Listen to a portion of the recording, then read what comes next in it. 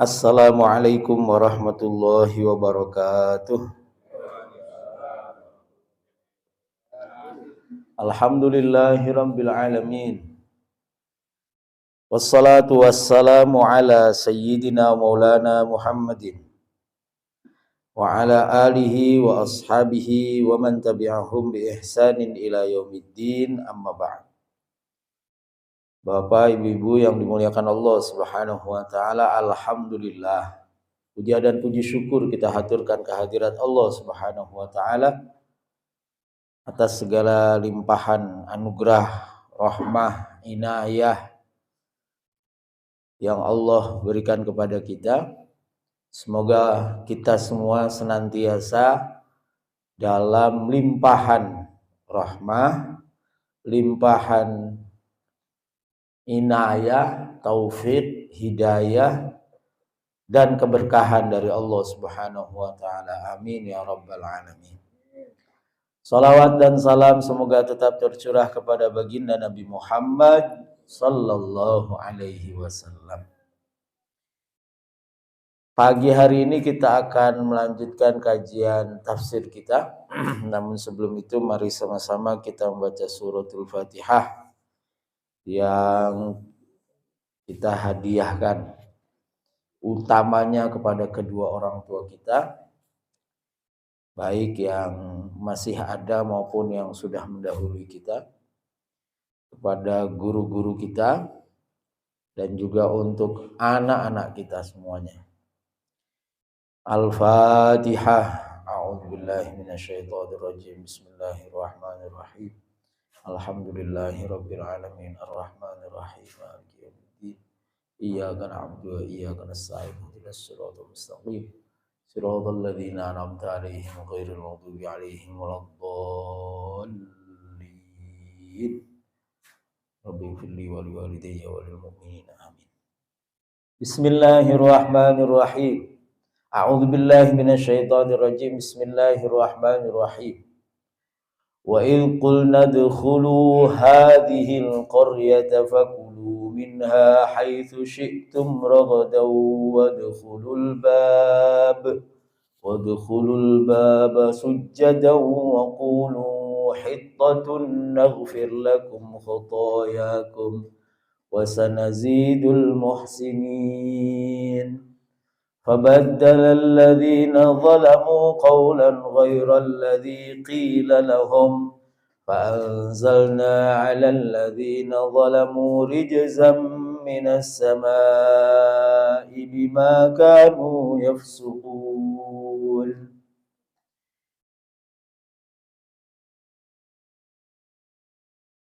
Mulainya dari wa il qul nadkhulu apa wadkhulul bab ya? Masih ingat enggak? Lupa ya? Lutfi.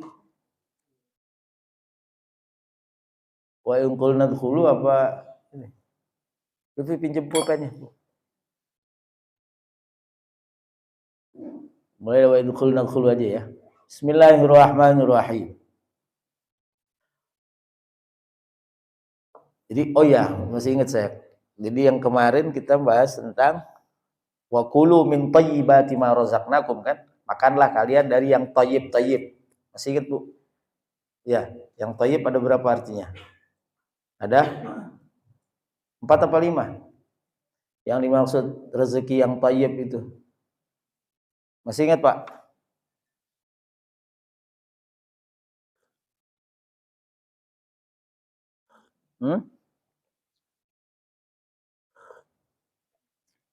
Masih ingat nggak, Pak? Lupa? Udah sebulan sih ya. Udah sebulan terus usianya udah lanjut. Jadi lupa. Saya ulang. Ada catatannya, boleh dibuka lagi. 1, thayyib itu yang baik. Ya, boleh jadi duren enak, tapi nggak baik buat orang tertentu, nggak baik buat orang yang kolesterol, ya kan? Tapi kalau sedikit masih baik lah. Iya. Iya, tipicin. Mungkin sekali-kali boleh kita sarapannya duren sama roti itu. Ya. Boleh ya Pak ya? Pak dokter boleh kan? Boleh ya. Sekali-kali, setahun sekali. Baik itu maknanya itu. Baik buat kita. Yang kedua, thayyib itu menyenangkan. Fankihu ma thabalakum minan nisa'i mathna wa thulatha wa ruba. Nikahilah perempuan-perempuan yang menyenangkan kamu. 2, 3, 4. Menyenangkan, toba. Iya. Ya kalau nggak menyenangkan kan nggak usah. Di sana nggak menyenangkan, di sebelah.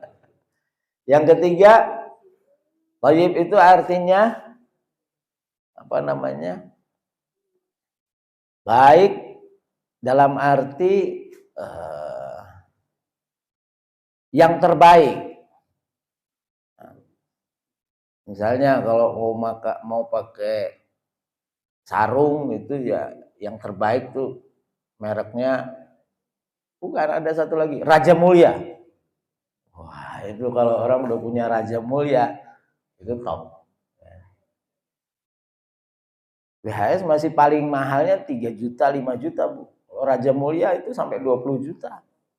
Sarung. Iya. Semurah-murahnya Raja Mulia tuh 1 juta atau 2 jutaan. Nah, itu thayyib tuh. Kalau mau makan nasi ya yang basmati kira-kira sekilonya 70.000. Nah, itu thayyibati ma razaqnakum. Makan yang enak. Yang keempat, thayyib itu apa?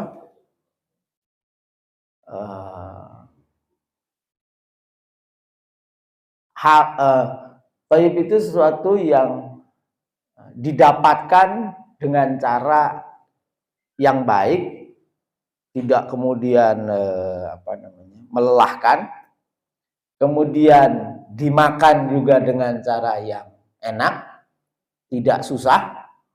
Ya. Kemudian setelah itu menghasilkan dampak yang positif. Tip itu wangi. Ya. Jadi nyarinya enak, waktu makannya nggak susah. Ada kan kalau kita, contohnya durian lagi aja. Ada yang kalau kita belah cukup pakai pisau kecil aja udah bisa. Ada yang harus, tenaganya ini habis. Itu masih ingat saya kemarin itu. Nah sekarang kita lanjutkan. Wa in qulna, dan ketika kami berkata lahum kepada mereka Bani Israel ba'da khurujihim, setelah mereka keluar minat tiahi, dari padang pasir yang menyesatkan. Maksudnya bingung, nggak ada tanda, nggak ada gunung, nggak ada padang pasir. Ya, itu namanya at-tiyah. Ala lisani Musa, kami berkata itu melalui lisannya Nabi Musa alaihi salam, au ala lisani Yusha, atau melalui lisannya Nabi Yusha. Apa kalimatnya? Udkhulu hadhil qaryata, masuklah kalian hadhil qaryata, ke negeri ini. Qaryah itu sekarang artinya kampung. Sekarang, dulu artinya negeri besar. Ruwiya, diriwayatkan anna Musa alaihi salam, bahwa sesungguhnya Nabi Musa alaihi salam saro, melakukan perjalanan di malam hari, ba'dam qida'il arba'ina sanah, setelah selesai 40 tahun, biman baqiya min Bani Israila, bersama orang yang tersisa dari Bani Israel. Berapa yang tersisa setelah mereka taubat lalu bunuh diri atau dibunuh? Berapa? Sisanya berapa? 12.000 orang. 12.000 orang. Bani Israel. Ya. Fa fataha arihan bi fathil hamzati wa kasril ha'i qaryatal jabbarina. Lalu Nabi Musa alaihissalam itu membebaskan satu kota namanya Arih, sebuah kota yang dipimpin oleh orang yang zalim, katakanlah, orang yang suka pemimpinnya itu sewenang-wenang. Jabbar itu sewenang-wenang. Allah itu adalah Al-Jabbar, semenang-wenang, semaunya Allah Subhanahu wa taala. Jabbari. Wa hiya bainal Qudsi wa Hauran, antara Palestina, Al-Quds dengan Hauran. Wa aqama fiha ma Allah thumma qubida fiha. Kemudian Nabi Musa tinggal di situ lumayan lama, Masya Allah. Thumma qubida fiha, kemudian Nabi Musa wafat di situ, dicabut nyawanya di situ. Waqila dikatakan annahu qubida fit Tayyah. Ada yang mengatakan Nabi Musa alaihissalam diwafatkan di perjalanannya, jadi belum sampai ke kotanya, masih di padang pasirnya. Walamma ihtadara akhbarahum bi anna Yusha ba'dahu nabiyyun. Setelah ketika malaikat Jibril datang untuk mencabut bersama dengan malaikat Israel untuk mencabut nyawa Nabi Musa memproklamirkan bahwa setelah dia Nabi Yusha yang akan menjadi nabi. Wa anna Allah ta'ala amarahu biqitalil jababirah. Dan Allah Subhanahu wa taala memerintahkan kepada Nabi Musa untuk Nabi Yusha untuk memerangi raja atau penguasa yang sewenang-wenang itu. Fasara bihim Yusha, maka berangkatlah Yusha bersama dengan Bani Israel.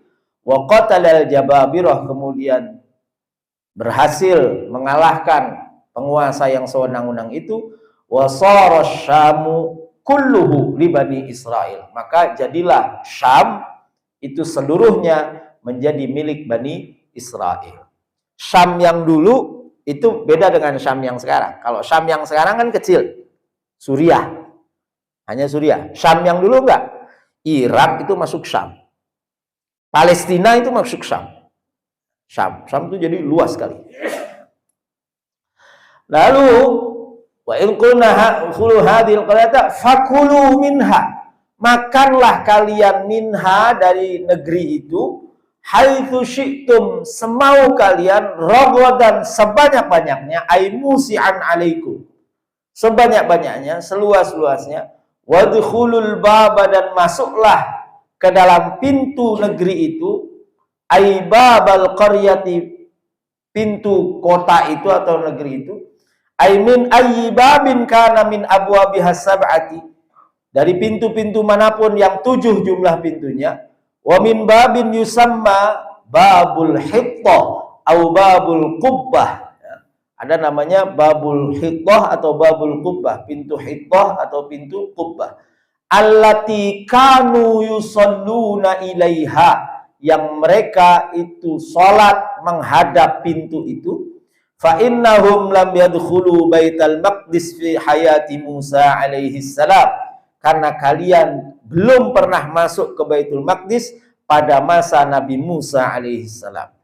Masuklah ke dalam pintu itu sujadan, dalam keadaan sujud, aimun hanina, aimutahannanina, yaitu dalam keadaan tunduk, mutawadhiina, tawadhu, karraqi, seperti orang yang ruku. Wa qulu hittatun naghfir lakum khotoyakum wasanazidul muhsinin. Jadi umatnya Nabi Musa yang dipimpin oleh Yusha itu masuk ke dalam negeri Syam, ya.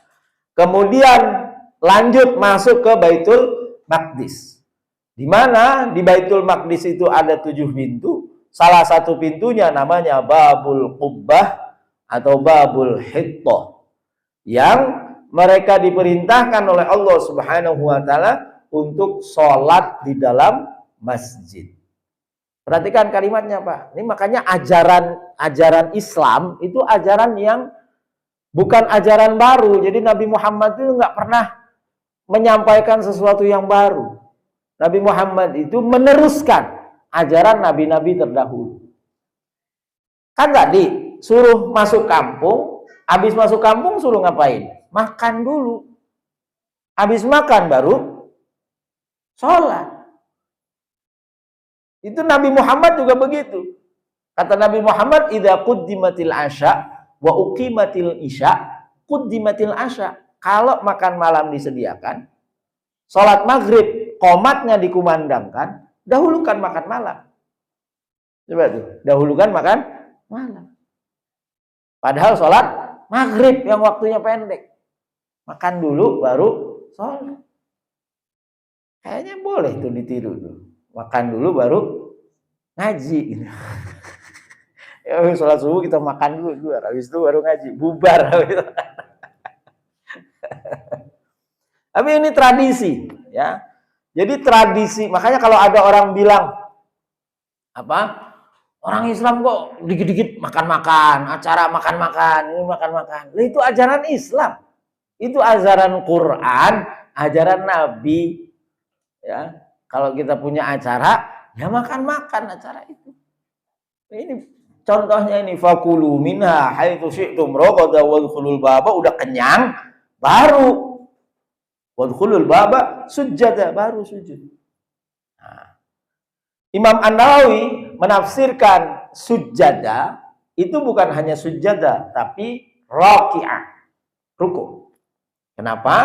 Karena berdasarkan ayat yang lalu warka'u ma'ar raki'in.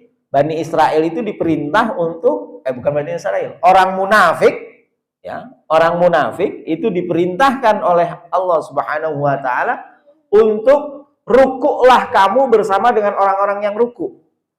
Apa itu orang-orang yang ruku? Karena orang yang ruku itu adalah Nabi Muhammad dan para pengikutnya, para sahabat. Orang munafik itu kan rata-rata itu alumni Yahudi. Rata-rata, ada yang Nasrani ada, tapi mayoritas orang munafik itu Yahudi. Kalau orang Nasrani masuk Islam itu aman. Biasanya dia tetap dalam keimanannya, Nasrani.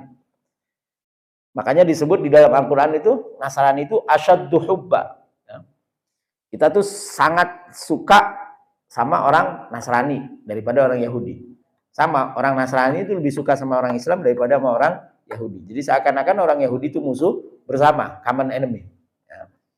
Nah, sholatnya orang Yahudi itu nggak pakai ruku. Makanya kalimatnya Nabi, kalimat Al-Quran, warka'u ma'arraki'in. Kamu, orang munafik, kamu rukuklah bersama Nabi Muhammad yang ruku itu. Karena orang Yahudi tradisinya tidak ruku. Nah, di sini sujud itu diartikan oleh Imam Nawawi karroki. Jadi sujudnya umatnya Nabi Musa alaihissalam itu juga diawali dengan ruku. Ini maknanya apa? Tradisi ruku dan sujud itu sudah ada sebelum Nabi Muhammad. Lalu sholat yang diterima waktu Isra dan Mi'raj itu urusan apa? Urusan waktu. Sholat 5 waktu, rukuknya sudah ada, sujudnya sudah ada, artinya rukuk dan sujudnya sama begitu dari zaman dahulu. Cuman soal waktu, kita dikasih 5 waktu. Alhamdulillah. Ya. Karena menurut riwayat Imam Bukhari, awalnya kita berapa? 50. Berkat jasa Nabi Musa alaihissalam, kita jadi 5. Makanya kalau besok kalau Bapak masuk surga, Ibu, bukan Bapak, salah kalimatnya. Besok kalau Bapak Ibu di surga, kalau masuk kan belum tentu masuk, kan? Besok Bapak Ibu di surga, selain Nabi Muhammad, cari Nabi Musa. Ya, terima kasih sama beliau. Nabi Musa, terima kasih ya. Berkat jasamu, kita sholatnya cuma 5 waktu. Kalau enggak ada Nabi Musa, Nabi Ibrahim, kita 50, Pak. Sudah. Wa qulu hittatun naghfir lakum khatayakum wa qulu, dan mereka berkata hittah itu dihapus dosanya, terhapus dosanya, ya. Jadi hatta itu artinya menghapus jejak. Wah, ada lagu Peter Pan ya, lucu ya, Noah, ya, menghapus jejak. Itu bahasa Arabnya hatta, hitta. Ai annal qauma umiru bi ayyadkhulul baba ala wajhil khudu, bahwa kaumnya Nabi Musa diperintahkan oleh Allah Subhanahu wa taala bi ayyadkhulul baba, untuk masuk ke pintu masjid ala wajhil khudu, dengan wajah yang tunduk, dengan sikap yang tunduk. Nah, jadi orang masuk masjid itu nggak boleh gagah. Maka di zaman dahulu masjid-masjid itu pintunya pendek. Supaya apa? Supaya kalau masuk masjid nunduk. Supaya masuk masjid nunduk dia. Pintunya lebih pendek dari kita. Di Jawa itu masih banyak yang begitu. Atau rumah-rumah Jawa ya, rumah apa? Namanya rumah apa Pak ya? Hah? Joglo ya. Limasan apa joglo itu pasti lebih pendek pintunya daripada kita. Itu untuk ngajarin kita, maksa kita untuk menghormati yang di dalam. Lah, yang di dalam itu kan manusia kalau rumah.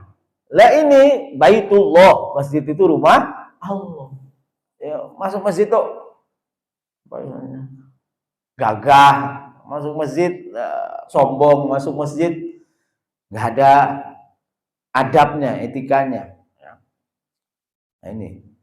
Wa ayyadhkuru bilisanihim iltimasa hattidh dhunubi hatta yakunu jami'ina baina nadmil qalbi wa khudu'il jawarihi wal istighfari bil lisani.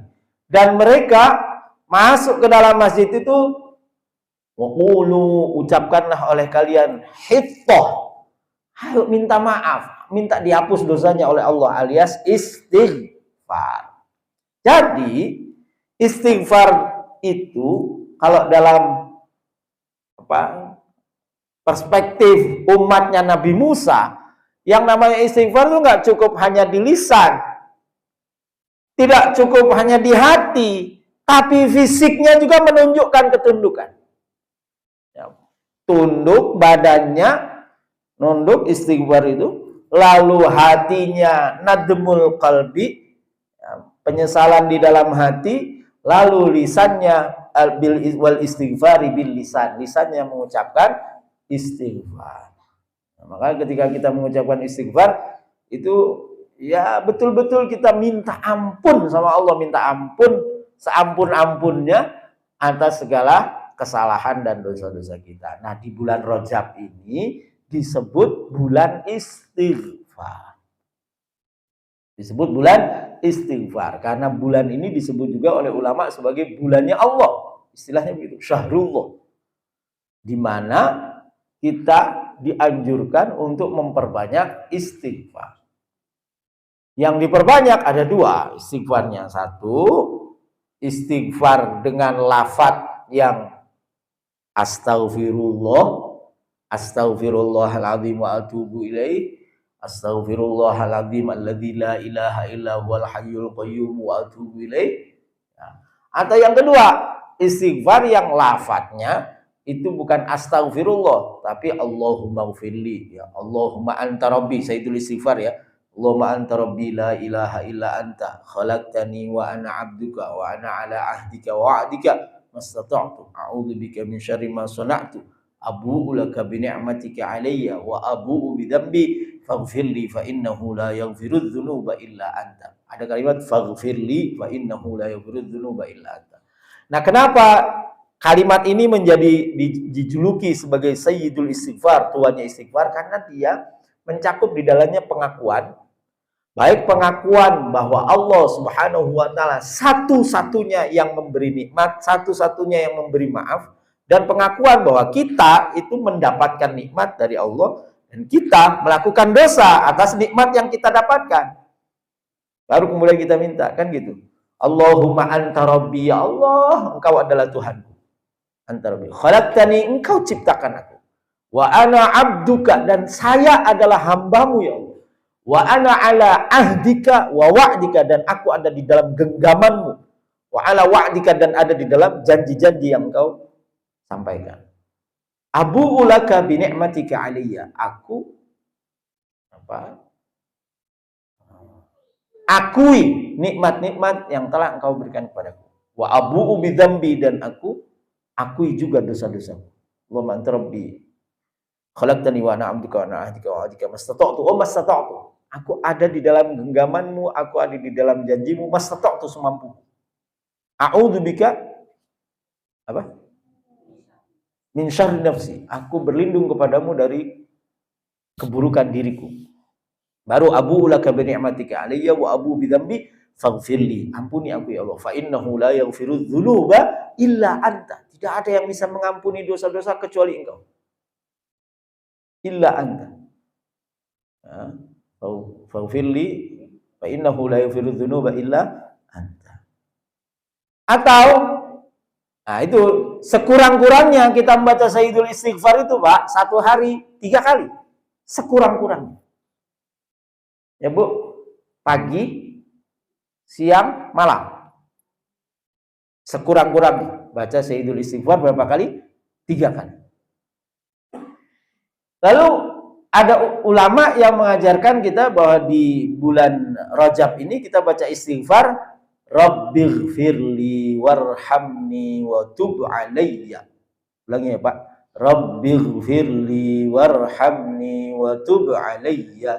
Rabbighfirli warhamni wa tub alayya. Sehingga di beberapa masjid puji-pujian sebelum azan yang biasanya sholawat, yang biasanya Allahumma arhamni bil Quran, ganti itu di bulan Rajab itu. Rabbighfirli warhamni wa tub alayya. Rabbighfirli warhamni wa tub alayya. Rabbighfirli warhamni wa tub alayya. Berapa kali? Pagi 70, sore 70. Pagi 70, petang 70. Rabbighfirli warhamni wa tub alayya. Rabbighfirli warhamni wa tub alayya. Rabbighfirli warhamni wa tub alayya.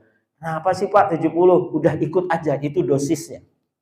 Yang bikin dokter. Nah, gitu kayak kita dikasih antibiotik, suruh minum sehari 3 kali. Ya udah, jangan kurang, jangan lebih.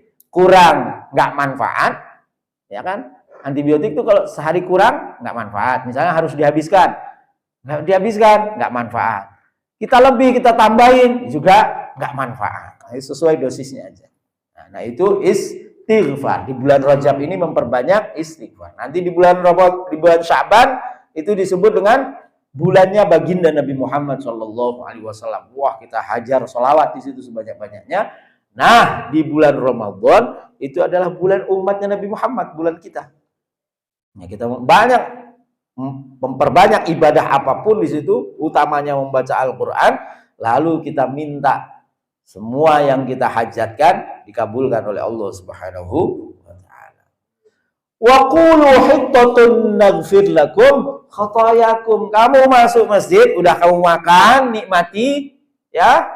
Lalu kamu sholat, setelah sholat apa? Kamu istighfar. Jadi habis sholat itu kalimat pertama kita apa? Istighfar, astaghfirullahaladzim. Kalau saya diajari istighfarnya ada 2. Astaghfirullahaladzim alladzi la ilaha illa huwal hayyul qayyum wa atubu ilaih. Itu 1. Yang kedua, astaghfirullahaladzim li wa liwalidayya wa li ashabil huquqil wajibati alayya wali jami'il muslimina wal muslimat wal mu'minina wal mu'minat al ahya'i minhum wal amwat. Ulangi, Bu. Yang kedua. Bu. Astaghfirullahalazim li wali walidayya wali ashabil huquqil wajibati alayya wali jami'il muslimina wal muslimat wal mu'minina wal mu'minat al ahya'i minhum wal amwat. Nanti Lutfi catat jadi share. Astaghfirullah, ya Allah, aku minta ampun. Li, untuk saya. Wali walidayya, untuk kedua orang tua saya. Wali ashabil huquqil wajibati alayya, dan untuk orang-orang yang haknya itu ada pada saya. Misalnya kita dulu punya utang sama orang, belum kita bayar. Orangnya udah meninggal, ahli warisnya nggak ketahuan di mana. Atau kita pinjam uang sama orang, belum kita bayar, orangnya nggak ketahuan pindah kemana. Udah. Nah, itu kita salah satu caranya adalah kita beristighfar untuk dia. Besok dia di akhirat Mau nagih kita kan? Kan pasti utang itu ditagih sampai akhirat. Pak Tatang nagih, ya Allah, Rifki punya utang sama saya. Oh iya Pak Tatang, iya ya Allah, dia belum bayar sampai saya meninggal. Oke, coba dibuka catatan amalnya Pak Tatang. Oh Pak Tatang pernah istighfar 1.000.000 kali, dihitung selama hidupnya di masa sholatnya. Pernah ini Pak Tatang? Oh ini nggak pernah. Ah itu kirimannya dari Rifki. Dia sudah ikhtiar cari, kamu nggak ada, dia ganti dengan itu. Nah itu catatan itu. Jadi dalam sebuah hadis itu disebutkan, sebetulnya banyak Pak caranya. Dalam sebuah hadis itu diriwayatkan Nabi SAW menceritakan peristiwa itu. Jadi besok di akhirat di mana tidak ada kezaliman, Allah Subhanahu wa taala akan berbuat adil kepada siapapun. Nah, ketika ada yang meminta haknya terhadap saudaranya, Allah pertama itu lakukan itu.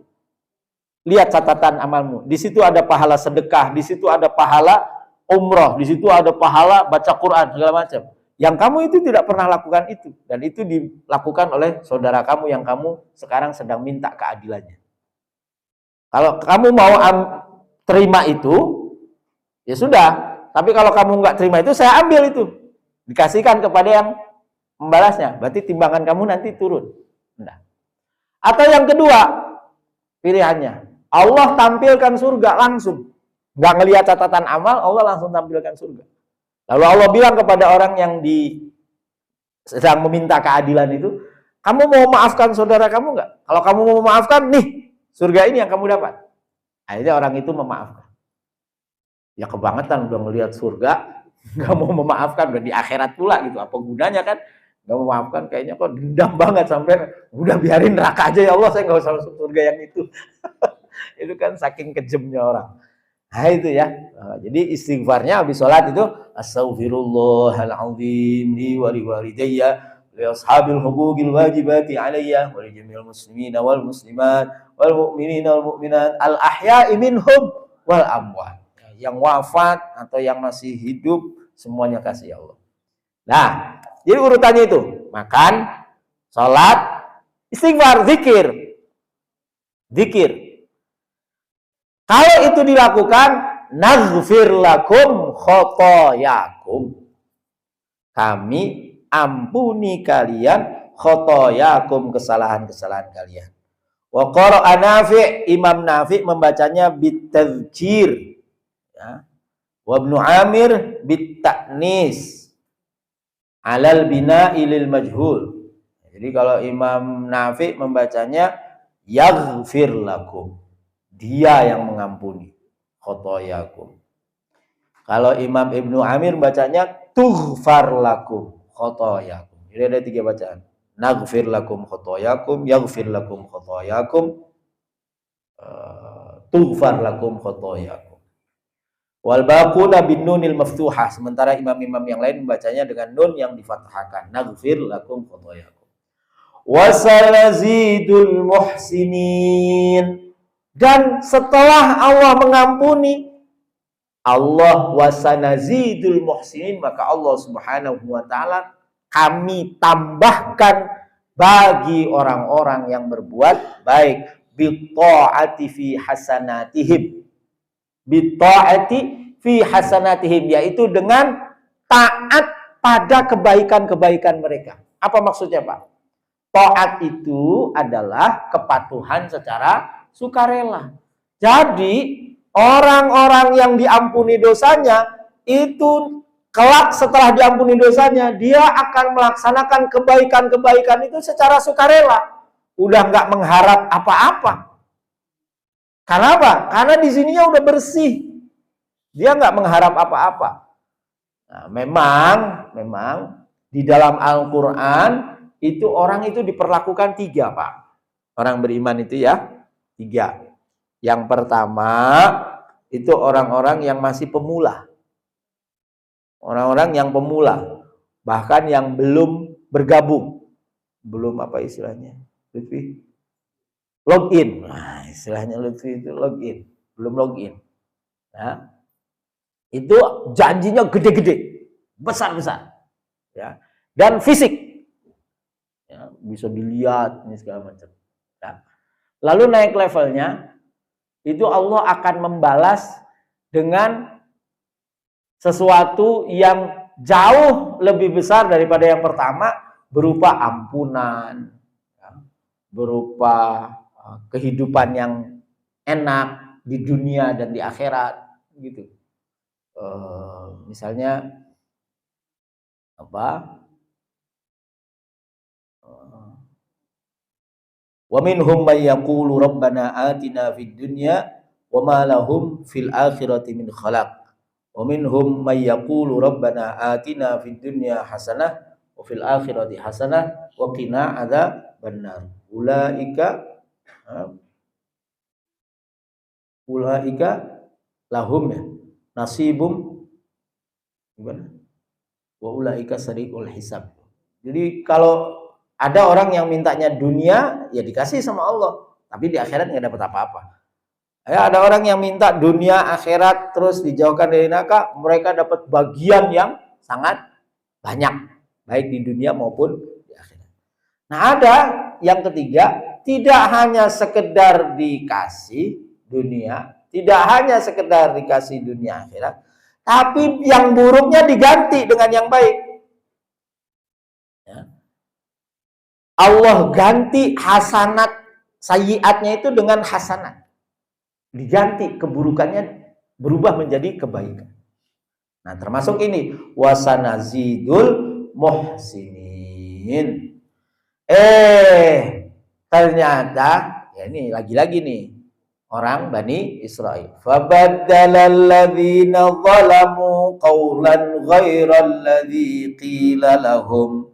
Fabaddalalladzina, maka mengganti siapa orang-orang zalamu yang zalim anfusahum terhadap diri mereka, qaulan mereka ganti ucapan atau perintah itu ghairal qila lahum dengan sesuatu yang bukan yang diperintahkan kepada mereka.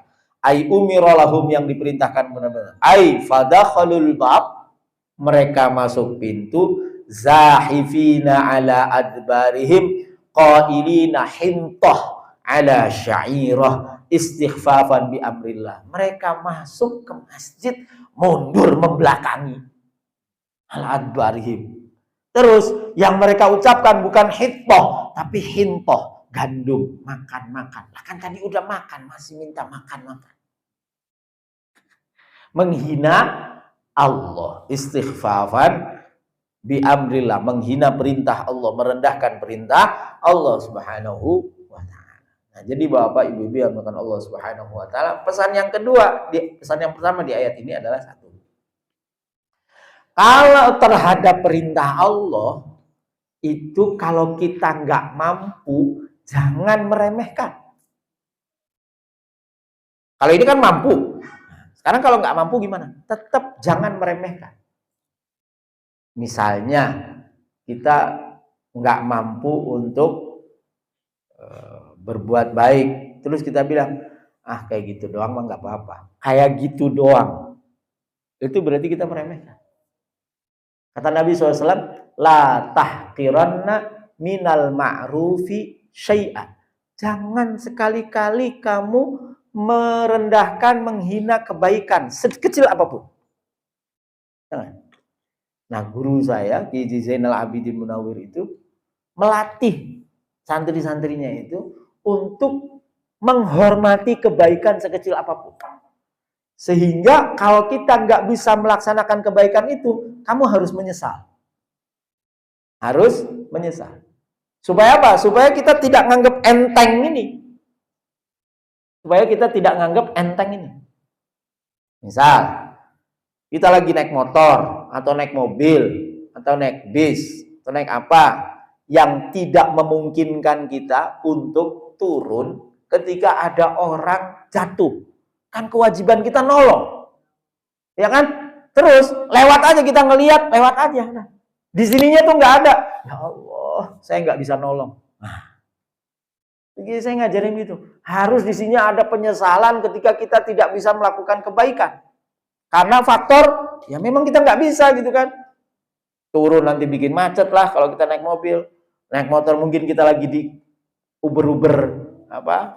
lagi memburu waktu, naik bis ya nggak bisa, nanti kita tinggal dan seterusnya. Pokoknya ada alasannya, itu nggak bisa kemudian kita tenang-tenang saja.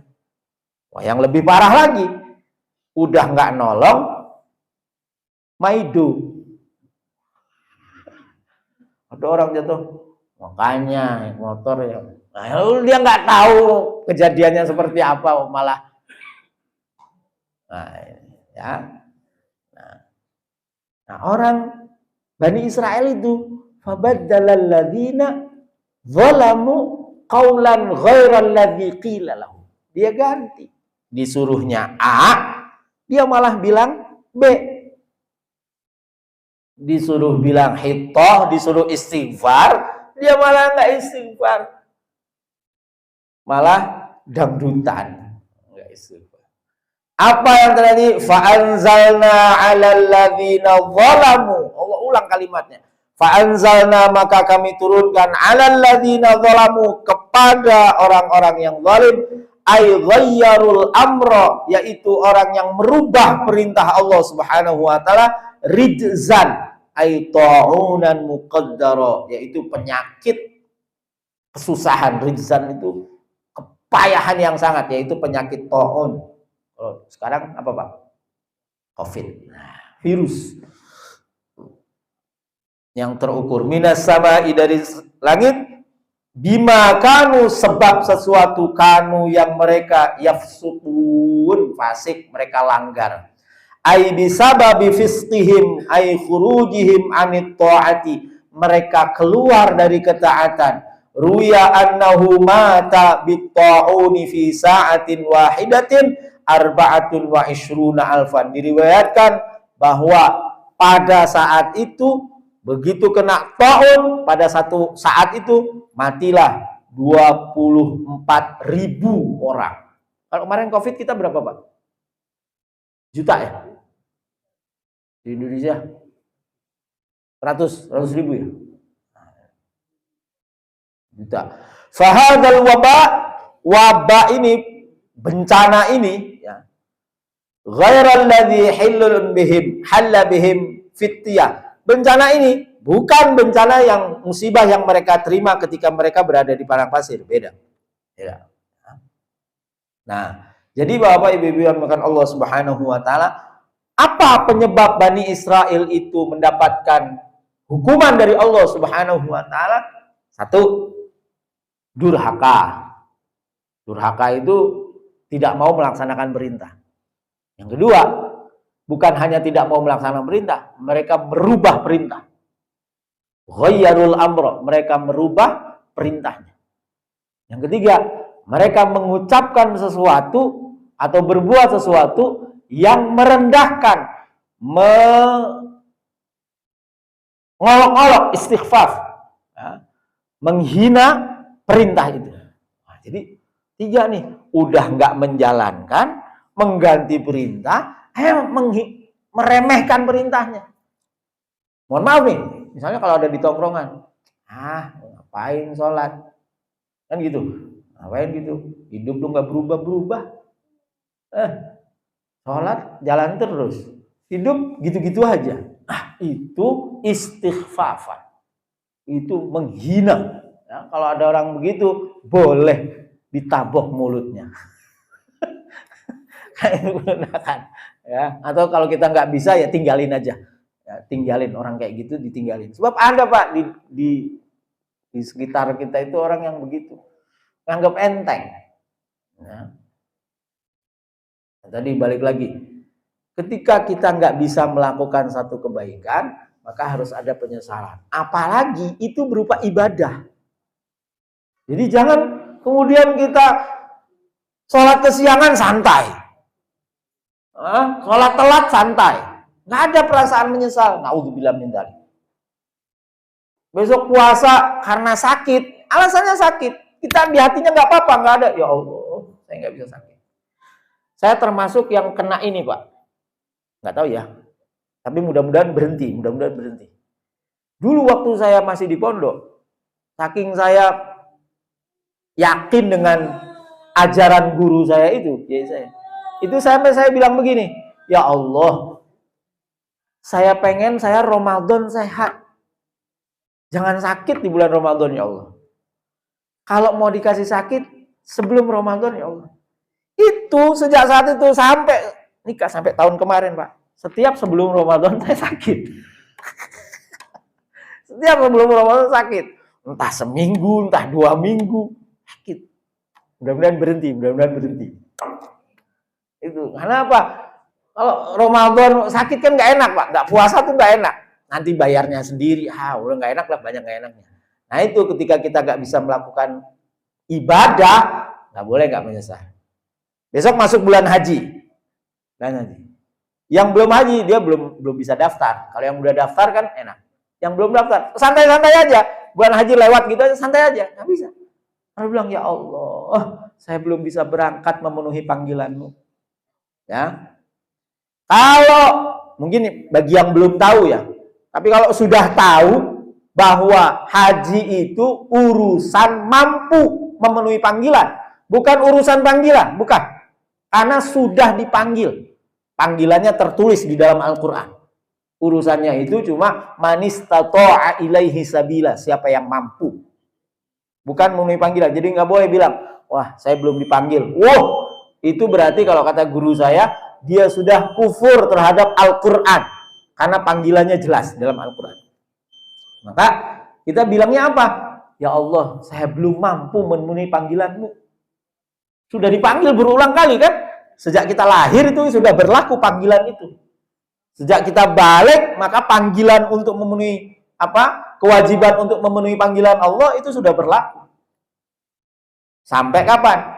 Ya sampai kita mampu. Begitu kita mampu, laksanakan. Nah, ini kan belum mampu. Nah maka ketika belum mampu, jangan kemudian santai-santai aja. Bulan haji lewat, santai. Ada orang pergi haji nggak semangat.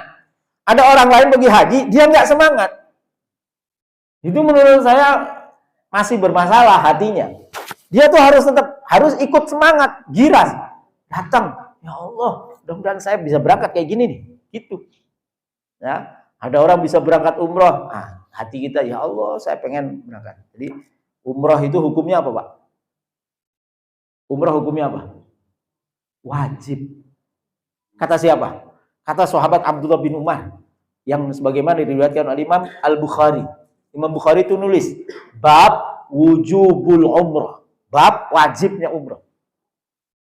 Itu disebutkan Abdullah bin Umar, sahabat Nabi, ditanya, apa hukumnya umrah? Wajib. Sekali seumur hidup. Ya. Kalau yang sunnah itu yang sudah pernah melakukan sunnah, yang belum wajib. Bahkan umroh itu disebutnya haji kecil karena nggak ada wukuf. Sementara haji besarnya adalah haji yang itu. Nah, jadi gitu ya, Bapak Ibu yang dimuliakan Allah Subhanahu wa taala, mereka atau Bani Israel itu dihukum oleh Allah Subhanahu wa taala, diberi hukuman dengan diazab itu karena mereka fasik. Fasik itu tidak melaksanakan perintah Allah. Lalu yang kedua, mereka merubah perintah Allah. Dan yang ketiga, mereka meremehkan perintah Allah Subhanahu wa taala. Maka latihan kita adalah apa? Kita melaksanakan perintah Allah, jangan pernah merubah-ubah perintah Allah. Dan yang ketiga, jangan pernah menganggap enteng perintah Allah Subhanahu wa taala. Terakhir, umat-umat terdahulu itu modelnya kayak gini nih. Durhaka, nggak taubat, sikat, azab. Umat-umat terdahulu. Alhamdulillahirabbil alamin. Kita jadi umatnya Nabi Muhammad. Coba Bapak Ibu lahir menjadi umatnya Nabi Musa. Waduh, payah. Ya. Ada najis, seset kulitnya. Berdosa, taubatnya bunuh diri. Belum sempat taubat, Allah sudah nurunin azab. Umatnya Nabi Muhammad, Quran bilang apa? Wa ma kana Allahu liyu'adzibahum wa anta fihim wa ma kana Allahu mu'adzibahum wa hum yastaghfirun. Allah tidak akan mengazab satu kaum mereka, orang-orang berbuat zalim, selama kamu Muhammad ada di situ. selama Nabi Muhammad ada di situ. Makanya orang musyrik Mekah jahatnya kayak apa, Abu Jahal jahatnya kayak apa, Abu Lahab nggak akan diazab. Penduduk Mekah itu nggak akan diazab. Kenapa? Karena ada Nabi Muhammad di situ. Orang munafik nggak diazab sama Allah. Kenapa? Karena ada Nabi Muhammad di situ. Nggak akan diazab. Yang kedua, Allah tidak menjadi zat yang mengazab, mu'adzibahum. Kalau tadi yu'adzibahum, sekarang mu'adzibahum wahum yastaghfirun. Kalau kaumnya itu istighfar. Nah, maka setelah Nabi Muhammad nggak ada azab. Setelah Nabi Muhammad nggak ada azab. Tsunami itu azab bukan? Bukan. Itu bencana, bala, musibah. Karena umat Nabi Muhammad nggak ada azab. Apalagi kemudian selama di situ masih ada orang yang beriman, itu maka bukan azab. Kalau orang beriman itu pasti selamat. Nggak mungkin nggak selamat. Kalau tsunami yang beriman banyak yang mati, gempa orang beriman banyak yang mati, nah, maka itu bukan azab. Nggak boleh kita bilang, oh, dapat azab tuh, itu dapat azab, nggak ada. Wa idhistasqa Musa liqaumihi wallahu a'lam bissawab walhamdulillahi rabbil alamin. Silakan Bapak Ibu kalau ada yang mau ditanya.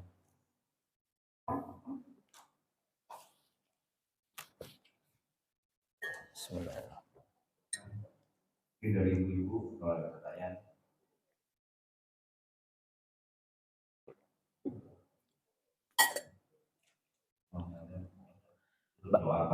Baik, ibu-ibu, bapak biasanya tanyanya di sana sih, ya, sambil makan. Tadi saya menganjurkan bapak ibu untuk memperbanyak istighfar di bulan Rajab ini. Sayyidul istighfar yang tadi cuma 3 itu, 1 hari minimal, untuk bulan Rajab ini dinaikin. Minimal 1 hari 15. Setiap habis sholat jadi 3. Yang tadinya sehari semalam cuma 3, sekarang setiap habis sholat 3. Habis subuh 3, 15. Minimal. Kalau bisa 1 malam Sayyidul istighfar 100, boleh. Nah, dalam 1 malam baca Sayyidul istighfar 100. Istighfarnya yang biasanya habis sholat cuma 3 kali, dinaikkan setiap habis sholat 100. Ambil yang paling pendek aja.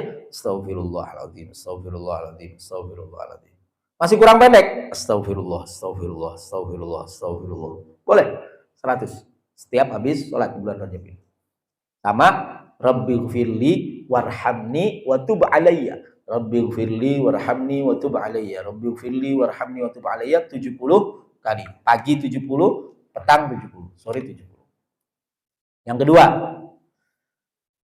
membaca doa Allahumma barik lana fi Rajab wa Sya'ban wa ballighna Ramadan. Ya Allah, berkahi kami di bulan Rajab, berkahi kami nanti di bulan Sya'ban, dan sampaikan kami ke bulan Ramadan.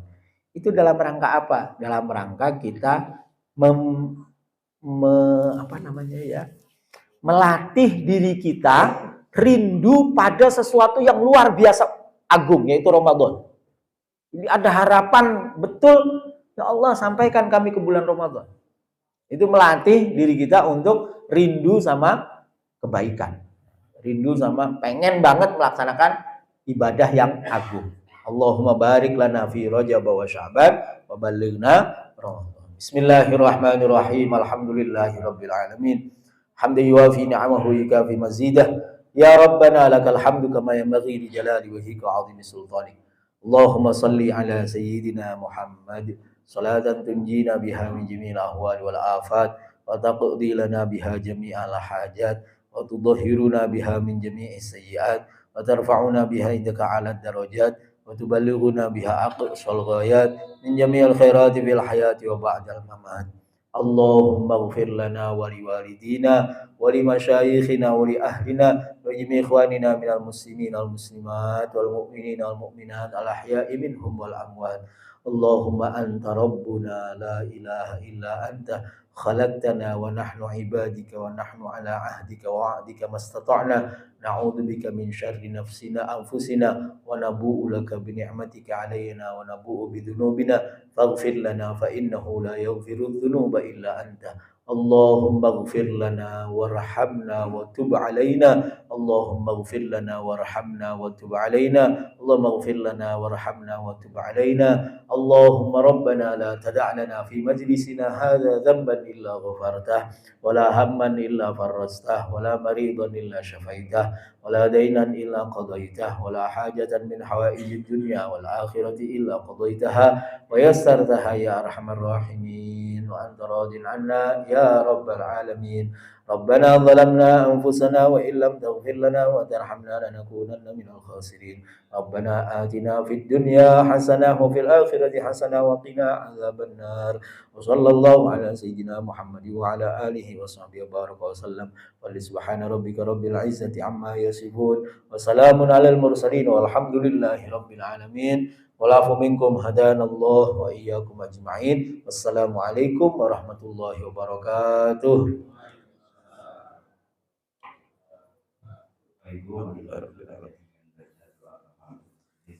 سبحانك اللهم وبحمدك أشهد أن لا إله إلا أنت.